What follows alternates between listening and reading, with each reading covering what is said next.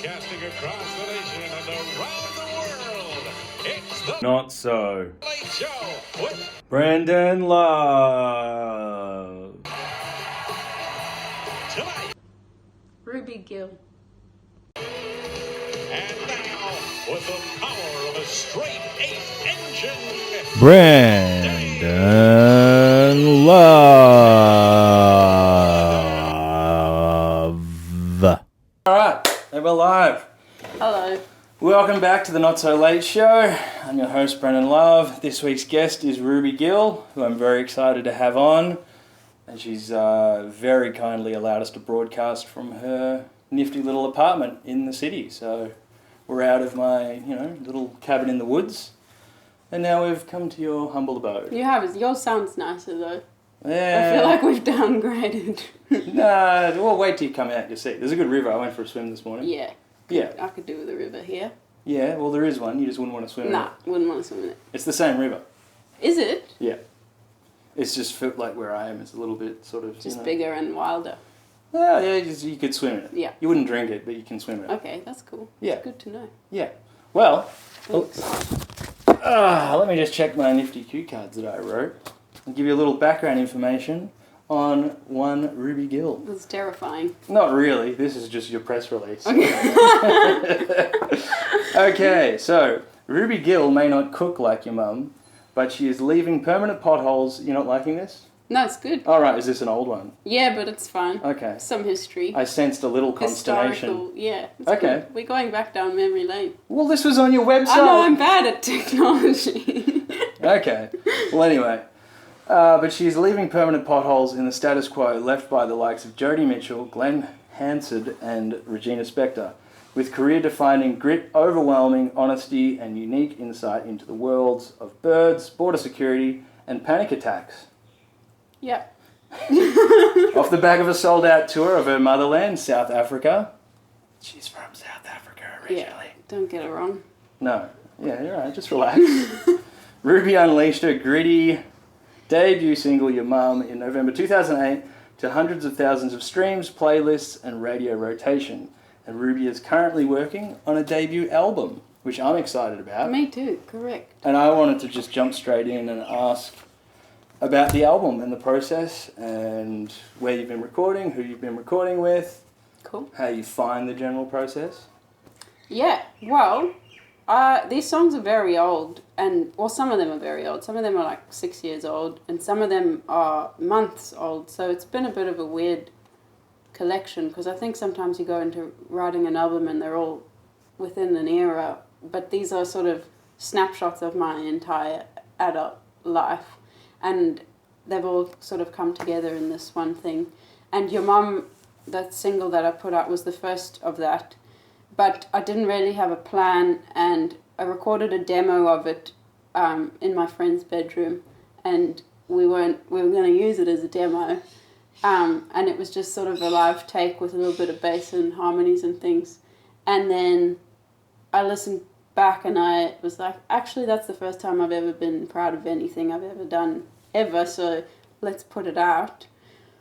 But now it's been like a year and a half, and I actually haven't recorded properly since moving to Australia, so it was a bit overwhelming to do it properly and to like actually go into a studio and actually care about what was coming out the other side, because that one was such a fluke and such a I don't know if fluke's the word. I don't know, but I didn't put it was just a magic little moment.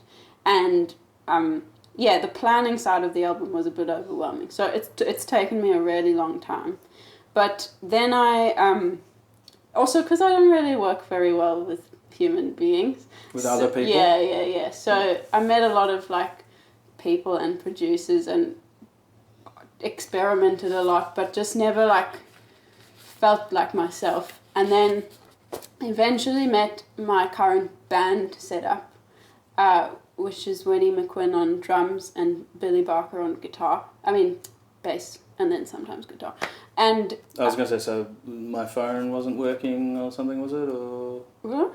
No, just bass. I just wasn't working? Or? You live in Warrandyte. Oh, okay. You're in the river. Yeah, no, go on, I'm sorry. Yeah. Anyway. I'm available. Yeah, Bill's on bass. And they just made me feel really they made me like fall in love with playing again, and it was beautiful. So I got excited, and then I met this man called Tim Harvey. Do you know Tim Harvey? No. He plays in Jade Imagine. Oh, yeah. Oh. Oh! Okay, yeah, I do, but go on. I got a funny story about him. Oh, okay. Yeah. I love Tim Harvey. Yeah, so do I. Like... He's my favourite. Go on. It's his birthday yesterday. It was his birthday yesterday. I don't know him. We were at South by Southwest and Jade Imagine was there. They were playing. And our drummer Liam sort of knows him from something else or whatever. But I was just lost in his eyes. Yeah. I was just like, he's such a charming man. And a beautiful human everyone being. was drinking and I don't drink, which we spoke about before. Yeah. I've never drank my whole life. And he was like, do you want a beer, mate? And like... I found myself being like, I can't say no to this man. Yeah, I was like, 32 years, maybe this is it for me. I'm sorry, I cut you off. That's fine, that's funny. Yeah. That's the kind of Tim stories I have too. But anyway, I met him, and as you can imagine, I was just like, oh, okay, this is what making music could be like. And he's so kind and so empowering and so open to who I am and what I'm saying. And we sat for hours eating frozen yogurt for our first, musician... Frogut. The frozen yogurt is also cursed. I don't know that reference. Okay, sorry. Who is it? Simpsons. Yeah, I'm bad. Okay. I wasn't allowed to watch 2D animations as a child. Purely 3D things. Yeah, okay. Only real life. Anyway, what were we talking about? Frozen yogurt. You're eating Frogo. Yeah, man, we had frozen yogurt, and I was just like, I could make 20 albums with this man. And his friend and co-worker, engineer, assistant, other producer man, Marcel Borak, is also, it's like Tim. Is that Rolling, no, what band's he in? I don't know. Maybe it's a different Marcel? Maybe different Marcel. Okay, yeah. Sorry, go on. He's also a beautiful human being, and they're just both so calm and gentle, and unlike any other man you've ever met in your life. And I was just like, cool, we can do it now. So I played them all my songs in my tiny little bungalow in Coburg, in my old house, and we just chose some shit, and then we went and did it at Sound Park in Northcote over 5 days just before Christmas. We finished on Christmas Eve. 2000 and... This last one, 2019. 2019. Okay, yeah, cool. 2 months ago. Yeah. We didn't manage to do any of the harmonies because we were all very tired by the end of it. So we've done that last week in a hall in Northcote. But everything else was done at Sound Park. Cool, in those 5 days. Yeah. That's quite that's a serious effort. Yeah. It's a lot of work goes in. How many songs? We ended up tracking 12. Yeah, so I mean 5 days, that's an incredible effort. That's what I was going to ask, because a quote of yours, see I do research here, people. Stalking. Well, research, stalking. Yeah. I don't have many friends. It's fine. But you described your work ethic as infinite and erratic. If it's going to be meaningful and good, it has to be the best it can be, but it's not a pretty sight. Yeah. Now I relate to that because the performance is one thing, and I feel like with performance you're not really striving for perfection of a sort. It's more of an exploration and a connection with an audience. But in the studio environment, that for I think minds like ours, which are probably similar, it can really just get you so focused in to the point where it's like it can almost be like paralyzing. Yeah. As like how much detail and effort and kind of energy you put into these things. Yeah. So I wanted to just get your thoughts on that. Well, thoughts like whether the 5 days was like super intense and kind of like had you questioning your own existence and having existential nightmares after leaving each session and. Yeah, it did kind of. Every morning I woke up and had a fight with someone because I was like, I just couldn't, I didn't really know who I was. But it was also very beautiful and full. And we were talking earlier about when you're overwhelmed, how you start noticing smaller things. and having sort of like a tunnel vision presence in the world and seeing light in new ways and colour, and like I felt like I was in that space for those 5 days where we were spending like more than 10 or 12 hours in that live room every day, and instead of zoning out, I sort of like zoned in to the world a little bit. Yeah. Which was cool. But it did fuck with my head a bit. It does. Yeah. But also, I've always, in studio, in my past lives, been a perfectionist. And it's been stressful and, like, exciting, but, like, everything had to be perfect and the best and everything. And this album, because I'm trying to let go of that a bit, but also because of the way that Tim and Marcel sort of guided us, and also because of the type of music that I'm writing, I felt a lot more free in terms of being able to just do it live. Like, we did everything. It was all tracked live. And there's whole takes that are the live vocal that, like, we didn't fix one little thing even though there was shit that was wrong, because it felt so real and so magic in that space. Yeah.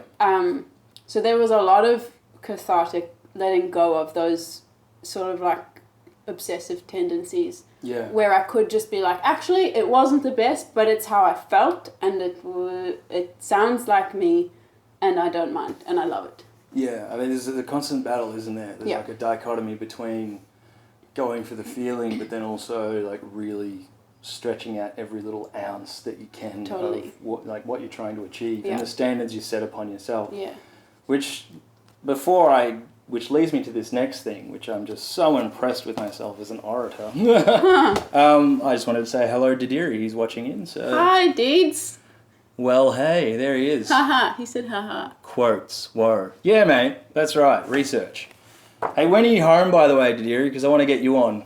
Hit us up. But enough about him. He's probably busy knitting. He's the best. With that thing, I found it interesting that you said, like, the idea of perfection and sort of being okay with something that's a little bit more raw and perhaps not being as hard on yourself. Kind of, I feel your song, Your Mum, is a bit of a rumination on that idea about sort of not wanting to live up to certain expectations and from other people or your own or whatever. Yeah. If you haven't heard Ruby's song, Your Mum, go check it out, because stop getting awkward at compliments, for one, all right? Just, check it out, because I listened to it and I was immediately engaged by Ruby's voice, but then once I listened to it some more, the kind of, I guess the themes and the meanings kind of started to unravel in a way that it was just a joy to listen to, if I may say so. Thank you. No, see, there you go. Yeah, I'm getting better. Yeah, you just go, thank you. I'm super awkward with it too. There's a quote, a meme, a thing on the internet where it shows, like an ATM that you get money out of. Yeah. It says, giving me compliments is like trying to put money back in. Yeah. Oh, it's the worst.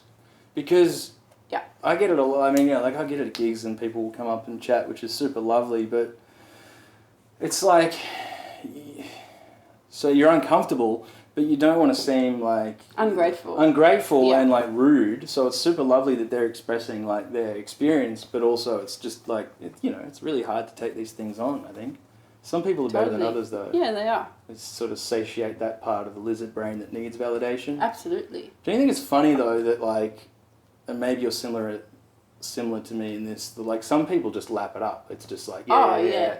But for me, it's like compliments actually exacerbate my own insecurities. Yeah, well, I think because they make you question whether or not you believe that it's correct. So, like, someone's like, hey, you're great. And you're like, fuck, am I great? Like, should I be? But wait, like, actually, thank you, but also no. Yeah, I have a huge resistance to that because I'm super aware of, like, there's just, like, there's like a split for me that happens where it's like, there's the person that's on stage that does that thing that has kind of connected with someone, and it's okay to compliment that. But, sure, the performance. Yeah, the but just persona. like being aware that the ego, like sometimes the ego wants to take that and just be like, yes, I'm great. It's me. But trying to separate that and be like, well, thank you, I'm glad you enjoyed that. The but performance. it's also like, I see it's like dangerous because it's just like, hey, I'm not done yet. I got so much work to do and I can always do better. Anyway, we digress. I wanted to talk about, what were we talking about? your song, Your Mum, and yeah. how it kind of ties into that idea of, I guess, expectations and accepting someone in their flaws and their foibles. Yeah. And actually, I had another quote here. Oh dear. Well, this is about your mum that you wrote. It says, "We fall in love with people who remind us a little bit of our parents. But then, in a burst of 2 a.m. Freudian clarity and angst, we realise those are pretty stifling expectations. So, your mum is about not being good enough, about trying to be yourself in someone else's kitchen." So that Freudian idea about falling in love with your parents, it kind of works both ways as well. So I found it interesting that, I guess in your song the metaphor of, cooking in someone else's kitchen and not trying to live up to the expectations of the models of love that someone else has observed in their parents. Yeah. But also, conversely, like your own expectations and experiences, through what you witness as a child. Yeah. Now, I hope this is not too deep and confronting for you, Go for it. I kind of read into this, sort of not living up to a partner's expectations, but does that tie into living up to your parents' expectations in some way? As in your own Freudian projection of... Of my parents? Yeah. Yeah. Well... Look, I could be completely wrong. No. That song's about both ends, absolutely. Yeah. And a lot of your expectations in a relationship or in the world are your own self-imposed or childhood-imposed expectations. They're not from that other person. Yeah. So a lot of that stuff that I was feeling in that song belonged to me and didn't belong to him or the presence of another person. But... I don't know that I had a complicated childhood. I don't know that my parents directly put those kinds of expectations on me. I definitely have been in worlds and friendship groups and relationships who had very stringent, strict parents who did explicitly put those expectations on them. And maybe the childhood that I had made me more susceptible to feeling that insecurity. Yeah. And projecting their insecurities taking on board their childhood as well. Yeah. And their parents' expectations, and that's probably a very convoluted way of saying yes. It's all just one big Freudian nightmare. It is, Mixed in with a bit of Jungian totally. Psychology as well. But and I had 4 parents, so... 4 parents, do tell, two-step? It's 2-step. Okay. So I lived with my mum and my stepdad, and my dad and my stepmom lived in Johannesburg, and we were about 6 hours away, but they were both huge, formative, parental figures in my life. So sometimes I find it hard to sort of connect who gave me what and where things came from. Yeah. Because there's just too many of them. Yeah. Which is fun. Well, and it's also you're not conscious of it as well. There's so much that's operating under the substrate of kind of, that governs your emotions and actions and kind of, look, we could go on about this forever, but, we're not on the couch at the moment, so let's just, let's just keep it light and entertaining for a Sunday night. Nobody needs therapy right now. Don't they? They probably do. I do. So do I. This show is really just about because I'm lonely. That's all it is. I gotta unlock this. Come on. Technology. Yeah. Oh, here we go. We've got some fan questions being sent in, so let's have a look at them. Tadiri and I, meaning Al Parkinson, want to know, when can we expect some new music, Ruby? When is the album coming out?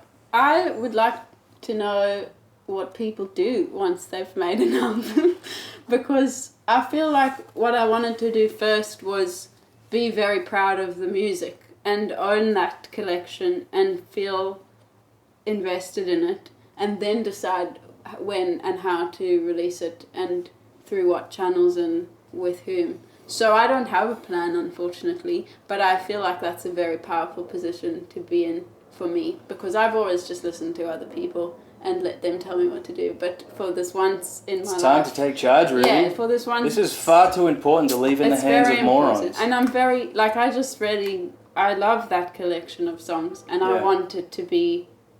I want it to be done the way that I believe in this time, and not because an industry or a person or whatever told me I should do something. So I don't have a plan yet, but it will be this year.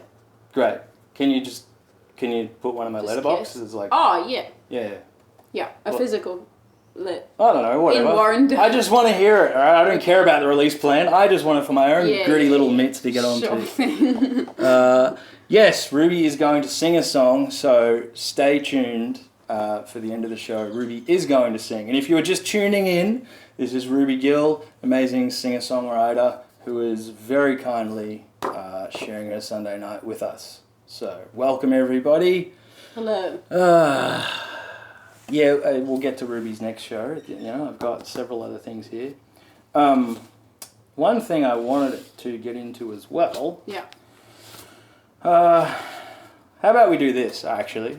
Seeing as we've been getting deep. Yeah. You know what I mean? Yeah, we're right in. Yeah. I reckon we'll do this and then we'll have a quick commercial break and then we'll come back and reset. That's fun. So, let's just do this real quick. Word association. Oh, fuck yeah. And just like, do you know that I'm a copywriter as my day job? No. Yeah. I literally just use words for 12 hours a day. We'll talk off air because I don't actually understand what copywriting is. It's just writing. What do you mean just writing? They just put copy on it because copy's the old-fashioned term for like text on advertising or newspapers. Like copy. Write some copy for me. So I'm a copywriter. I write copy. Yeah. But I'm just a writer at a PR and that fucking advertising firm. Yeah, but so you're not writing your... I'm writing on behalf of brands and people. Yeah, okay. Yeah. Because you're an amazing writer as well. I mean, obviously songwriter, but you. I read a piece that you wrote for a magazine, which I'll get to in a second, which like just really tickled me. Just like, I don't know, just humorous, but also like raw and honest. And I think that's the best kind, like that's what I like about your music as well, is that it's, you know, it's raw and honest, but there's also just enough humor to kind of, because I think sometimes like self-exploration or like introspection can become a little too confronting for an audience if there's not some reprieve. Well, but also if you're not offering an insight that's kind of outside of the sort of stereotypical realms of, oh, I'm lonely and they left, and like it's like, well, what comment are you bringing to that? Yeah. And the thing I like about your writing and music is that you have this way of taking these. Oh no! Okay, just stop. Carry on talking. No, I reckon we can leave it. Are you sure? Yeah, that's to the charm of the show. That's good. Yeah. 50% is a good benchmark. Oh. 65. I'll be happy if we get 20. Like, anyway, I forgot what I was saying, but I'm a fan of your writing. Thanks very much. Let's just do this quick word association. And I don't want any clever answers. No, I'm not. I don't want humour. I just want literally the first thing that comes to your mind, one word. Okay, ready? No, yep. Accept. Ince. This is so much more fun than I thought it would be. Sorry. No. Carry on. Yeah. I don't know that ence is a word. No, it's not. All right, ready? Work. Ethic. Atom. Bomb. Duty. Fuck. I don't know. Dictatorship. Interesting. Yeah, weird. Girl. Oh. I don't know. Okay, yeah, we sorry, can go on. that's a weird. Didn't have a word. Yeah, okay. I just saw myself, and then I shaved my head, and then wondered if there was a word that could come out of that. Bald? Bald. The opposite of hirsuteness? Yeah. Alopecia? Sure. Yeah, I don't know. That's fine. I think perhaps not having a word actually speaks more volumes than having a word. Oh, potentially. Speaking, but, you know, let's not go too deep. Nah. Knife. Oh, fucking fear. Okay. Yeah. Yeah, that was a good one. Yeah. Trust. Non-existent. We're learning a lot. Sorry, that I'm being too clever. Carry on. No, it's not clever. I would say it's defensive. Yeah, maybe. But that's fine. We're, Okay. We're just having fun here. We are. It's just fun and games. Money. Wealth. Religion. Also fear. Snake. Puff adder.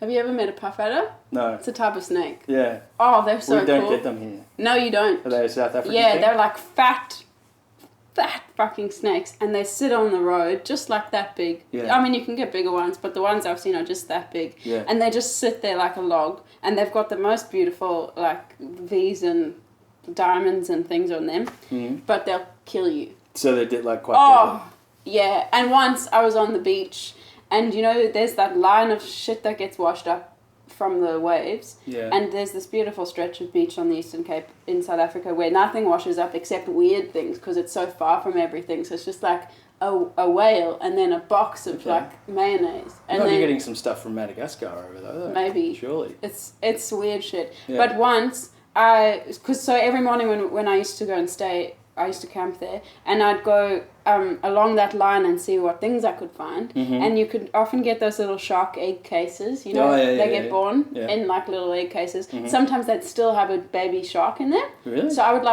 because they just died in the case. So I would rip them open and like look at the baby shark.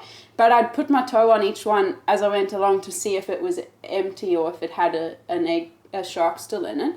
And I went along the one morning and I put my foot on something and I was like, fuck, that was not an egg case. And it was a baby puff adder. Yeah, right. A little snake, like rolled up in like a little thing. And then I just, that's terrifying. That's all. That's my whole story. It was a snake. Yeah. Interesting. Carry on. A bit more than one word. That's fine. Sorry. No, I'm being a smart ass. Yeah, you are. Not a minute ago. Music. Listening. Avoid. Oh, people. Morality. Politics. Interesting. All right, we're going to take a quick commercial break and we'll be right back after these messages. Where the hell are they? Hold your horses, honey. How about some of this oily stuff? I've got gallons of it. Black gold Texas tea. No, thanks. I like Kraft peanut butter. It's so easy to spread, and it's never dry or oily. But all this could be yours. Stop. Now, kid, don't be rash, kid. No. Oh, Kraft peanut butter. Anything you want to plug? Nah. Tim Tams. Tim Tams. It's what is the tagline? I've just read the tagline. There is no substitute. That's right. There is no substitute when you're Do feeling... people know that tagline? Do people think Tim Tams and then think there is no substitute? To be honest, I'd never heard that until now. Yeah, I've never Look seen at how that. small the text is. They Nobody's didn't want read that. anyone to know that. There is no substitute when you're feeling magdalent and vulnerable at a Sydney airport, feeling overwhelmed at the prospect of moving to another country. Correct. Away from one's family. Yeah. That's me. Tim Tams. Pretty happy with the research I've done. I could be the face of Tim Tams with that story. Yeah.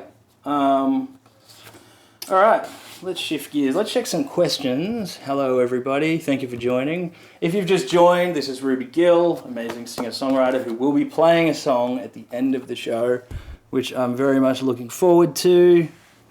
Let's look at some questions. There was one here. Well, we talked about this before, but this one comes in from Hamish Fox. What was the inspiration for your sound?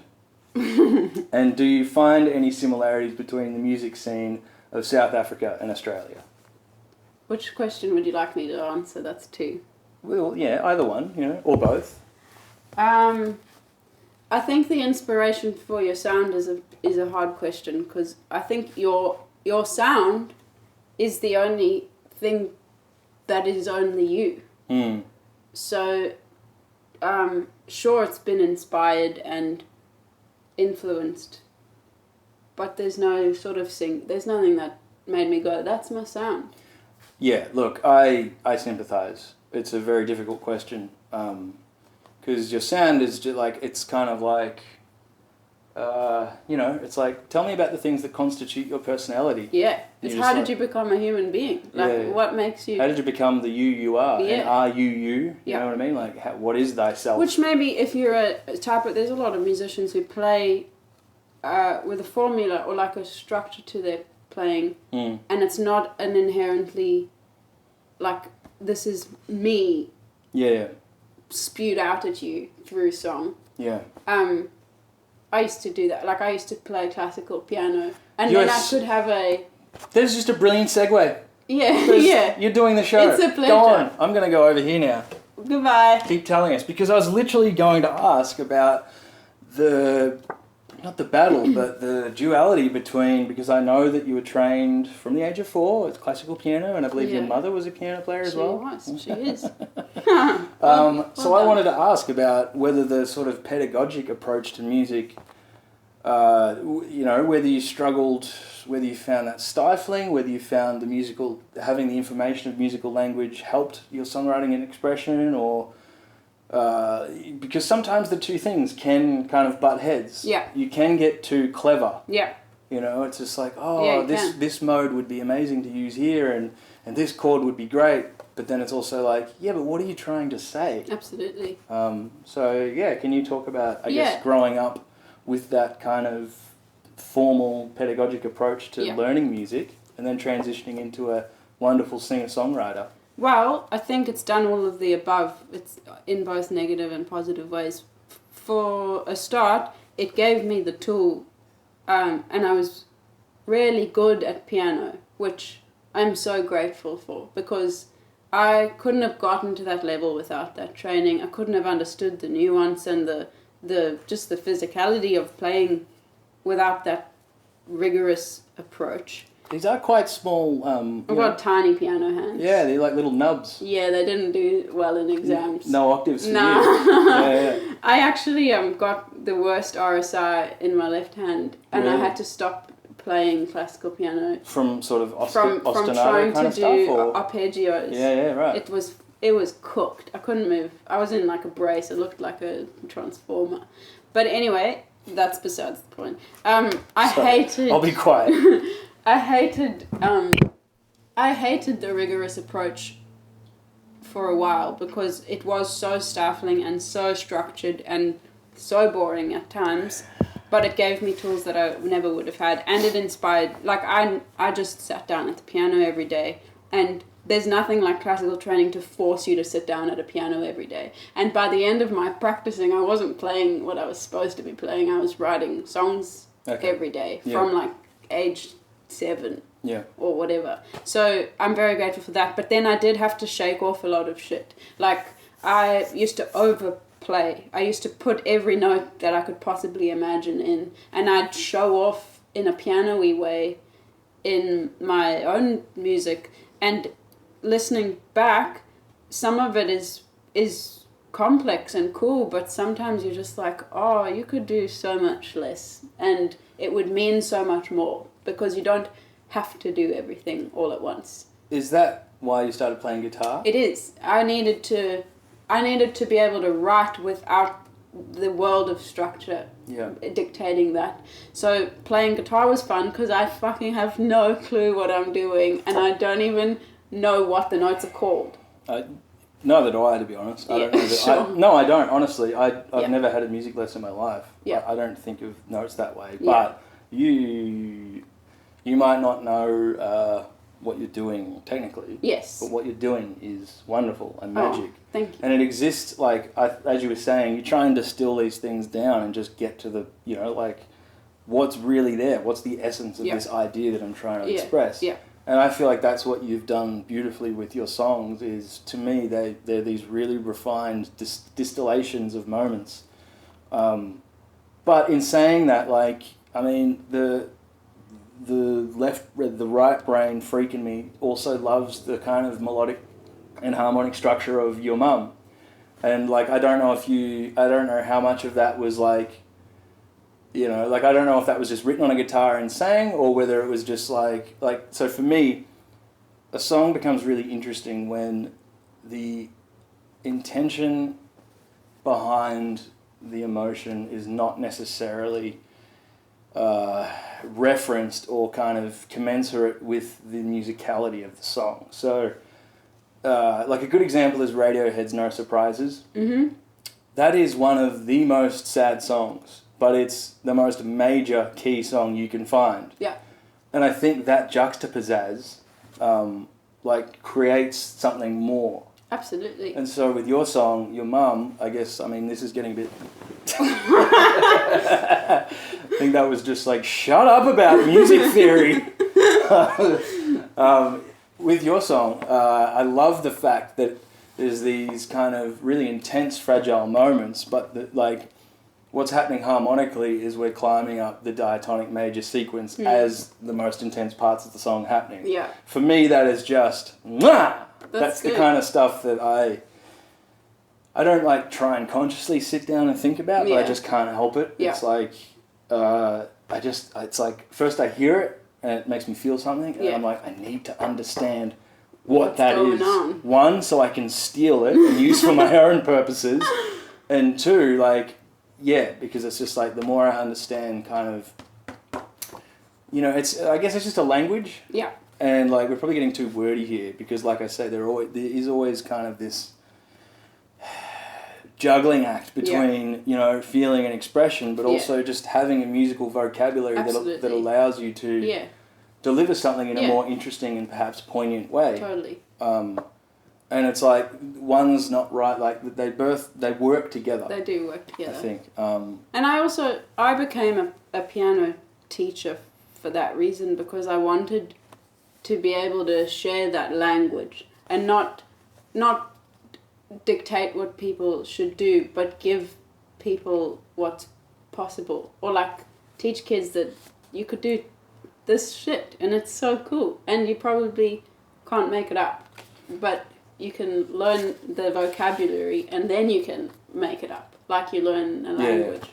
Yeah, it's kind of like, and a lot of learning music I find is like, it's like you were saying before, you kind of develop your palette and you've got every colour possible. Yeah. Then as you kind of move through it, you're just like, you know what? I'm just like orange. Yeah, I'm just going to stick to the primary colours. Yeah. Is that why you have an orange Jaguar, or is it red? It's orange, and I love orange. Orange is my favourite Why colour. did you choose we're talking about guitars, Fender, Jaguar. Yeah. What made you go for the Jaguar and not the Strat? Like, I feel like the Jaguar is the most underrepresented Fender out of them all. I actually didn't know it existed. Right. I didn't know what guitar I wanted, but I had never played I had owned an electric guitar, but it was a sparkly red Daisy Rock, which is like what people buy you when you're a girl, and they're like, you need this guitar, and I'm like, I don't know how that's gonna ever plug into anything because it doesn't really work. But it's pretty cool looking. But I had that and it didn't really, it didn't work, and I needed an electric guitar. I'd been playing acoustic live in South Africa, and then when I moved here, somebody took me to a shop in like a secondhand guitar shop, and they were just like, okay, play everything and see what makes you feel good. And I'd been borrowing a Strat, and it was amazing, but it was amazing just because it was an electric guitar, and I was like, fuck yeah, I love electric guitars. You just start shredding? Or? Yeah, no, I'm not a shredder, but I was just like, yeah, this is me. But then I played everything, and I found I just loved the weight of that guitar, and plugged it in the shop and just started playing it, and I was like, it's got so much bottom end, it's so heavy, it's not like, it doesn't feel like plastic, it doesn't, it's just like this enormous machine. It's a thing. It's a real fucking thing. You could you could belt someone. You could if you were violent. And I just fell in love with the tone and the weight to it. And I've heard so many horror stories of Jags where people have bought them and then it depends on the amp, and you can't make it sound good sometimes because it's such a temperamental weird little thing, which is maybe why it's underrepresented, because I don't know. The only issues I've ever had with Jags or Jazz Masters is the string popping out of the... So this is a Johnny Marr signature edition. So you've got the little... So he's fixed it all in his redesign, and he's Yeah. added a few little things, and the bridge is different. Yeah. So all of that shit that people Whinge about. I don't have. So I've just got Yeah. like the ultimate version of it. Yeah, well, it's because it's a short scale as well, because Yeah. I think Jazzmaster's the long scale, so it's a sweet guitar. Don't know anything that you just well, said. guitar nerds. I reckon we should get to start thinking about hearing a song, but there's two things I want to get to which could maybe, I don't know, they could go on. But I was so impressed with my level of research that I did, and I made some correlations that perhaps are just completely irrelevant, but I'm so excited to just see... Test them out. Yeah. Yeah, Yeah. go for it. Yeah. I'm ready. First of all, Yeah. okay, so born in South Africa. Yeah. You moved to Australia 3 years ago? Yep. Had you been to Australia previously? Didn't even know what it looked like. Okay. You had been exposed to some Australian Music. music Yeah. in utero, Yeah. Midnight Oil, Yeah, my mum went to a Midnight Oil concert. which is, which I find interesting. Yeah, me too. But I also find, now this could be like, look, I don't know, we'll just see where this goes. Okay. But I heard two of the things outside of music that interest you are Yeah. ornithology and radio astronomy. Yeah, Now, it's good. radio astronomy, there is a very famous astronomer. Well, actually, sorry, no, I'm going to be honest with you. She's not that famous, unfortunately, but she should be. Underground astronomer. Well, she contributed a lot to the field, and she is Australian, and her name is Ruby Page Scott. Whoa, that's cool.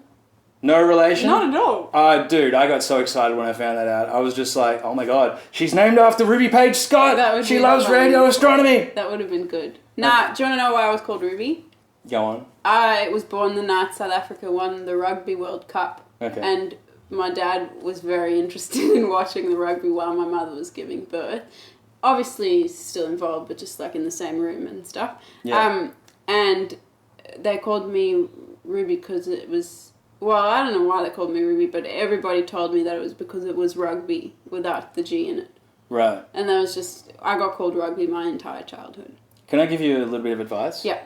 Don't tell people that. Instead of the rugby story, how about you go with the Ruby Page Scott, Page Scott. the pioneer of radio radio astronomy in It's a much Australia better during the story. 40s. And then, yeah, it's a good level of respect. That's I what think I'm so. aiming for in life. Yeah. Why? I mean, what about radio astronomy interests you? Well, my parents worked in science communication, and the first job I had was writing comic books about a radio telescope that was being set up in South Africa in the middle of the desert. Right. And I just thought it was the coolest fucking thing in the world, and that was just drilled into me as a kid. We went stargazing on like every month as our family activity. Interesting. Yeah. But that stargazing is quite different from radio astronomy, though. So It is. Radio interested in astronomy is just the specific technology. used to capture the back. But I just find it the most beautiful field because it was discovered by accident. So Yes.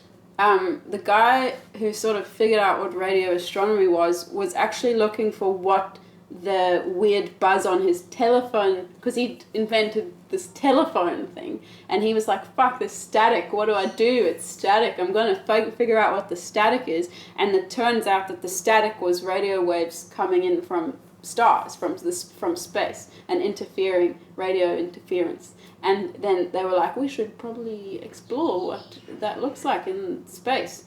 And that's how this like new world of using radio technologies. Yeah, and that's actually how we mapped the universe. The cosmic microwave background radiation was actually the afterglow effect of the Big Bang, and was actually able to be observed through these radio astronomy telescopes, which I find pretty fascinating. Yeah. And also things like wireless internet came about because of this field. Correct, So, Bluetooth. yeah, It's amazing. Yeah. One thing I wanted to ask. Yeah. Coming on here, right, I had to do everything in my power. Ruby, you're amazing. Al says you're amazing. Oh, thanks, Al.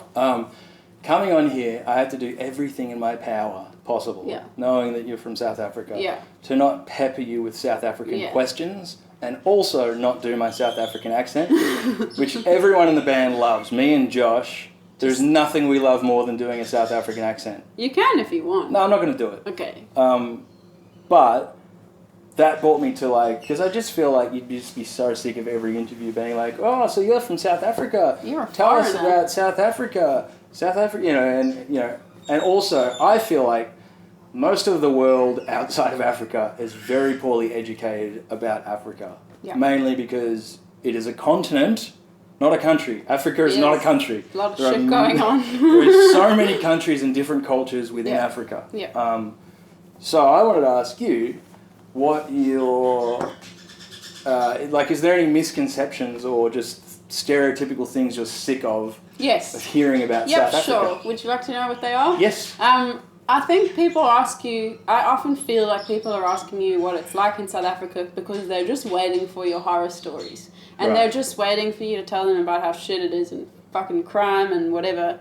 And then when you start telling them about what an incredible place it is and what a beautiful experience and complicated experience it is living and growing up there, they're just like, oh, so you didn't get shot. And I'm like, yeah, sorry. That challenges my sorry. bigotry. I don't like it. Yeah. So that annoys me because they're just waiting to talk about that and they're not waiting to, which is a huge part of that country. Crime is an enormous part of the country. And I grew up, last month, my mum sent me a screenshot of the newspaper and it was just a list of how many people had been killed that week. And it's just reported like a sports result. And yes, that is an enormous part of that country, but it is a whole world. And that has meaning and history, and there's a reason for that crime, and there's a reason for the fact that shit's fucked up, but that's not the only thing. Yeah, and there's just so much to learn about the culture itself. Absolutely. I'm ignorant of. I don't know much about it. But there's just little things like Afrikaans. I love the sound of. I wish I could speak it. I know that that's not the only. There's so many other languages. Yeah. 11. There's 11 official. 35 kind of spoken languages just in South Africa. Yeah. Quick question on that before we get into the song. Here's the trouble with this. Everyone always after I do these, everyone's always like, oh, they go too long. But once I get chatting to someone interesting, Yeah, you just want to carry on. Yeah, and I generally am fascinated by most of these things I'm asking. Thanks. So hopefully we'll be able to get one more question in, and then we hear a song because I would love to hear you play a song. Yes. But all right, you ready for this? Yep. Deantwoord. Good or bad for South Africa? I don't know. That's a loaded question. Well, good or bad for the stereotypical image of South Africa? Perhaps? Nah, it's not. It's there's like a subculture of sort of Zef, white, trashy stuff going on, and they epitomise that world and are very good at communicating that one thing, but also very problematic in the way they've communicated stuff, and I don't agree with a lot of cultural stuff that they've done and ripped off and said, but they're the only band people know when you talk about South Africa, and they're nowhere near the heart of that country. Do you know what I mean? Yeah, well, it's a very, it's its own thing, but I guess it's kind of it's almost an appropriation of Western stuff. It's a pop culture reference to other stuff. It's a very tiny little part of South Africa. Look, I'm sorry for bringing it up. No, right? it's good. I felt the consternation, but I just wanted to hear from a South African person about this thing because I'm kind of on the fence about it because I'm not from. I don't understand the culture. I'm confused by them. Yeah, they're confusing. Yeah. But you'd be confused every day in South Africa. Yeah, but also that band could be from anywhere and you'd be confused. Sure. It's I just don't know if it's a joke or not. It's not a joke. It's maybe slightly ironic, but it's pretty, it's intense. Yeah. Yeah. Well, I'll tell you what's not a joke. Our guest, Ruby Gill. Thank you for everybody for tuning in to the accent. No, I'll do it off air. Thanks everyone for watching. Ruby's going to play a song now, so get the Kleenex ready, set your eyeballs to stunned, before we go, after you hear this song and all fall in love with Ruby's music as much as I have, you can go see Ruby playing at Port Fairy Folk Fest on the 7th and 8th of March. You're playing the Saturday, Sunday, I believe. Correct. And you're also playing the Brunswick Music Fest late March, so check that out. Go onto Spotify, YouTube, look up her music. It's awesome. And keep your eyes peeled for an album that may come out any time between now and a year from now. Yep, just surprise you one. Safe to say? Yeah. I'll stop talking. Here we go. Ruby Gill, live on the Not So Late Show. Okay. This is a song off that album, and it's about being angry all the time. He's still there, by the way, so I'm just gonna carry on talking to him. It's about being angry all the time, and it's called "I'm Gonna Die with This Frown on My Face."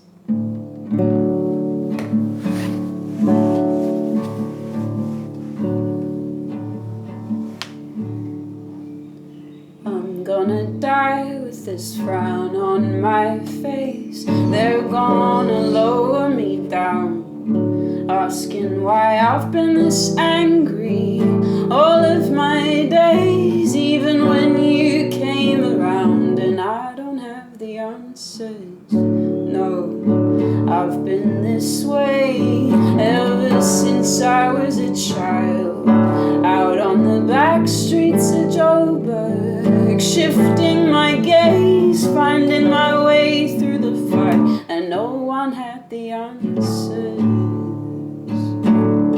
But can you forgive me, love,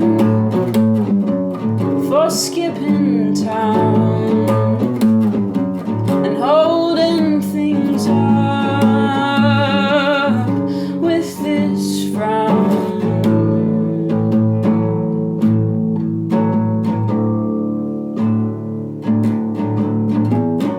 Yes, you can cry if you want, that's okay. This ain't a time to be strong. You don't want all of that anger scrunching your face in case the wind comes along.